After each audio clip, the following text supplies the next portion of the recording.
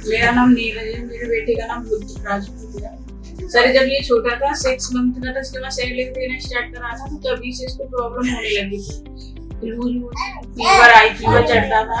फिर इसकी जांच कराई तो वीट एलर्जी बढ़ा हुआ है, तो सर के यहाँ आए। 2 साल हो गए, अब इसको कोई प्रॉब्लम नहीं है। अब ठीक है सर, संतुष्ट है आपको ट्रीटमेंट से।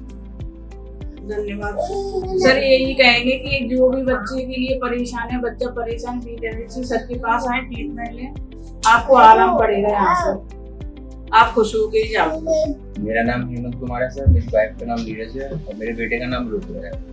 जब ये 11 महीने का था तब हमको पता चला कि इसको वीट एलर्जी की प्रॉब्लम है। फिर मैंने यूट्यूब पे सर्च किया आपको और उसके बाद आपका ट्रीटमेंट स्टार्ट किया। तो हमको 2 साल हो गए सर पूरा लेते हुए आपसे ट्रीटमेंट। 2 साल के बाद इसका जो भी हमने टेस्ट कराया वो सारा नेगेटिव आ रहा है सर। इसको जैसे कि कॉन्स्टिपेशन की प्रॉब्लम थी, लूज मोशन की प्रॉब्लम थी, तो बहुत स्लो रहता था सर। ये अभी बहुत एक्टिव रहता है, वॉमिटिंग वगैरह भी नहीं होती है, कॉन्स्टिपेशन की भी प्रॉब्लम नहीं है, लूज मोशन की भी प्रॉब्लम नहीं है। दवा लेने के 3 से 4 महीने के अंदर इसको आराम मिल गया था सर। ट्रीटमेंट 2023 अप्रैल से करा गंगवाल होम्योपैथिक रिसर्च हॉस्पिटल है, बहुत अच्छा है। मैं जो भी आप एक्चुअली में जो भी जिसको भी वीट एलर्जी है, मैं चाहता हूँ कि एक बार आए और आपको विजिट करें और आपसे ट्रीटमेंट।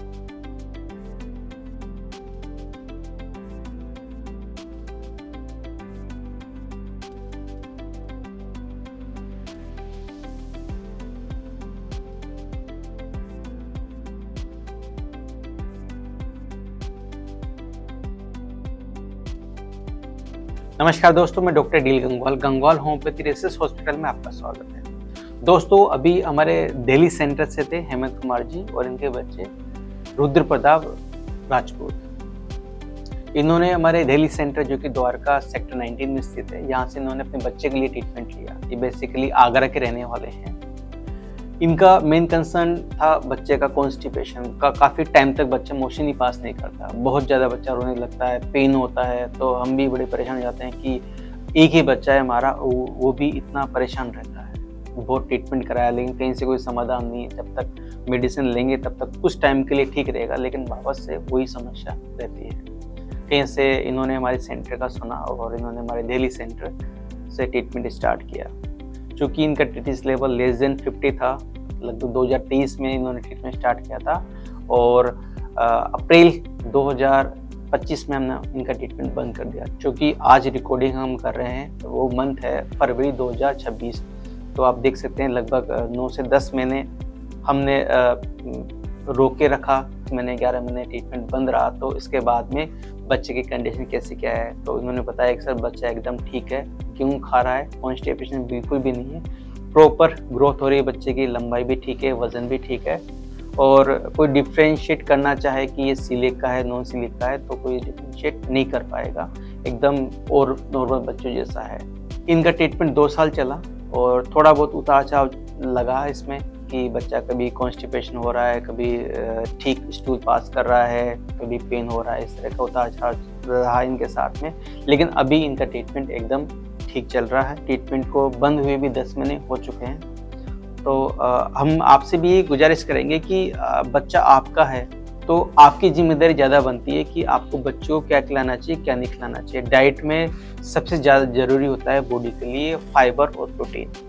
फाइबर आपकी सभी सब्जियों में होता है, फल में होता है, अंकुरित आपकी दालों में होता है, तो आप फाइबर ज़रूर लें। प्रोटीन लेना ज़रूरी होता है दालों में, जैसे चना, सोयाबीन, हरे मूंग, राजमा, जिसमें प्रोटीन होता है, एग्स में होता है और पल्सेस होती है उसमें होता है। तो आप ये सब चीज़ें लीजिए जो कि आपकी हेल्थ के लिए बहुत ज़्यादा जरूरी होते हैं। मैदा एक ऐसा फूड है जो कहीं ना कहीं आपके इम्यून सिस्टम को बिगाड़ेगा। इम्यून सिस्टम बिगड़ने का मतलब ये है कि आप टाइप 1 डायबिटीज़ की तरफ जा रहे हो, टाइप 2 की तरफ जा रहे हो, थायराइड की तरफ जा रहे हो, कहीं ना कहीं आपको सीलिएक केच कर सकता है, बीपी बढ़ सकता है, आपका वेट बढ़ सकता है।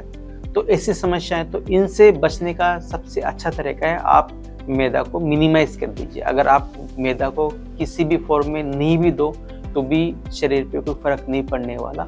शरीर की हेल्थ के लिए, शरीर को तंदुरुस्त रखने के लिए, हेल्दी रखने के लिए फाइबर, प्रोटीन और कुछ मात्रा में कार्ब्स होते हैं, वो आप ले सकते हैं। राइस लीजिए, आप जब भी आप फूड लेते हैं राइस लीजिए, व्हीट लीजिए, लेकिन इतना लीजिए कि इसके अलावा भी आप और चीज़ें ले सकें। जैसे कि अगर आप खाना खा रहे हो तो आपकी थाली का 50% हिस्सा फाइबर और प्रोटीन होना चाहिए। इसके अलावा आप 10% कार्ब्स कर सकते हो या इससे थोड़ा बढ़ा सकते हो, लेकिन आपकी थाली का 50% हिस्सा फाइबर और प्रोटीन जरूरी है।